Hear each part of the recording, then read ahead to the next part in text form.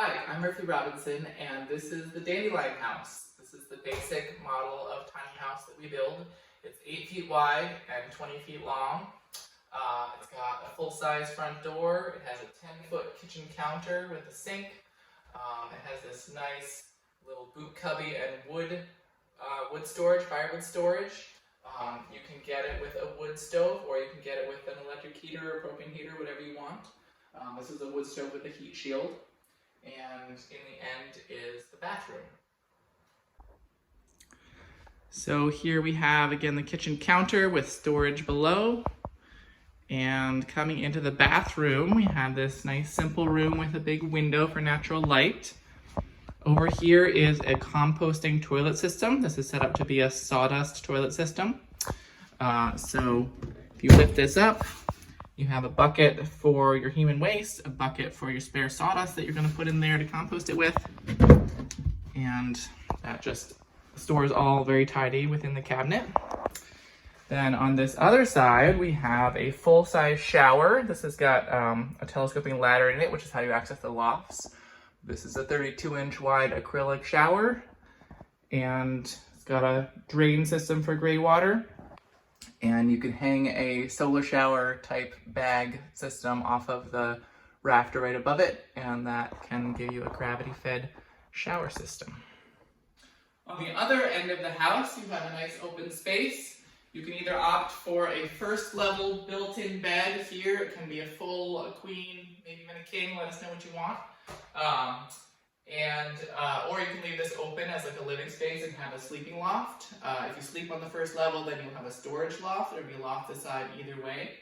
And we have a telescoping ladder that comes with the house that allows you to access this loft and the one over the bathroom as well, which is another storage loft. It's also long enough to sleep a human if you have like a niece or nephew that likes to sleep in funky places. But the loft up here has a window large enough to be a legal fire egress window. If you ever did have a house fire, you'd be able to get out of that window. On the first level here, this window is also a legal fire egress window, so you could get out quickly that way. We just like to include that for safety, why not? So I'm going to demonstrate going up into the loft.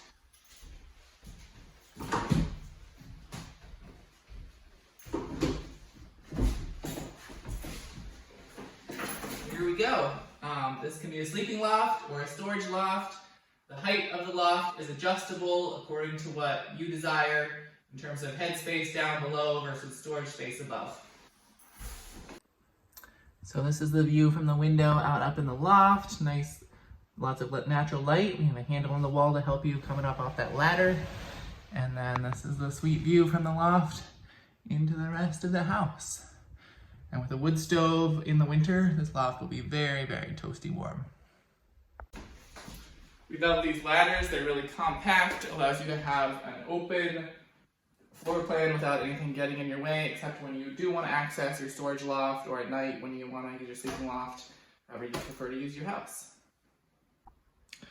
For your sink situation, we want to make this really versatile. So if you're living off-grid without running water, you can just have like a 5-gallon water tank right here on the counter that you can use to run water into your sink, and then the gray water will go down the drain.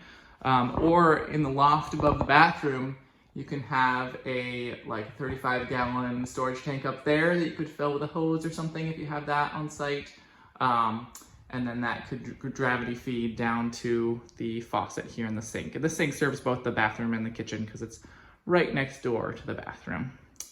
And this plumbing situation is designed for gray water, and the drain from both the shower and the sink are within the heated envelope of the building, so they're less likely to freeze. And that pipe is going to make an exit down through the bottom of the house, and you can hook that up however makes sense in your site, whether you do like a gray water pit or a septic hookup. You check your local laws and see what's required. So all of the wood that we use for the interior of the houses, the paneling, the trim, the wide plank pine flooring, that all comes from a local sawmill here in Vermont, from wood that's part of the Northern Forest Management System. We think local wood is much more sustainable and helps the local economy. And this whole design is one that I came up with because I have lived in a tiny house for 11 years now. that is not nearly as designed in this one. Eventually I'll make one of these for myself. But I've incorporated everything that I've learned about, like, let's have a boot cubby because boot clutter is really annoying in the winter in your tiny house, and about the heat shields with the wood stove and using lofts for storage and things like that. And this is all really customizable as well. So, you know, we haven't built in upper kitchen cabinet type stuff because everyone wants something different, but you can build your own shelves and racks and hooks and things like that. It doesn't usually come with a stove included, but you can use a propane or electric stove depending on whatever systems you have on site, or an alcohol burning stove works too, and just whatever like systems fit your site and your capabilities. We can also add wiring to the house. That is a significant extra charge because we hire a local electrician to do that, so it's all to code.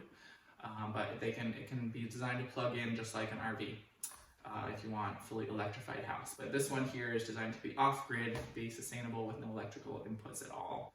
And you can get really great little solar systems with a battery and a small panel that'll allow you to like run your laptop, charge your headlamp, do basic things like that are much cheaper than wiring the whole house if you're on a budget. So yeah, there's lots of options, lots of small customizations that can happen within our basic design. And if you're interested in a house, get in touch with us. We'd love to talk to you. So this is the tiny house from the outside.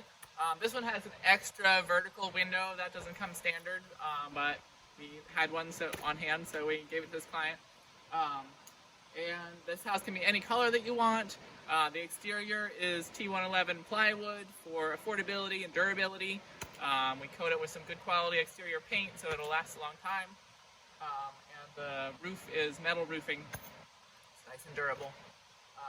And the trailer that we get is a wonderful locally crafted trailer made by some folks in New Hampshire. It's a really great tiny house trailer. It's got a really good weight rating. It's got trailer brakes and all the safety features you want for when you're towing your house around, and of course double axles. So if you happen to have a tire pop on the road, you've still got that other axle to keep your house from tipping over in transit. So yeah, we're really pleased with all of the components that we've brought together to make you a really sturdy tiny house. Hi, I'm Silas. I'm Murphy. And I'm Kiana. Tiny house. Nope. Jeez, this is gonna be really hard. Do you want to switch? That might be a good idea. We're the Dandelion Housing Project. We build simple and affordable tiny houses. The future is tiny! Look at the camera. You want to tell everyone how much you love living in a tiny house? Yeah, on tiny house kisses. Good dog. Good dog. Oh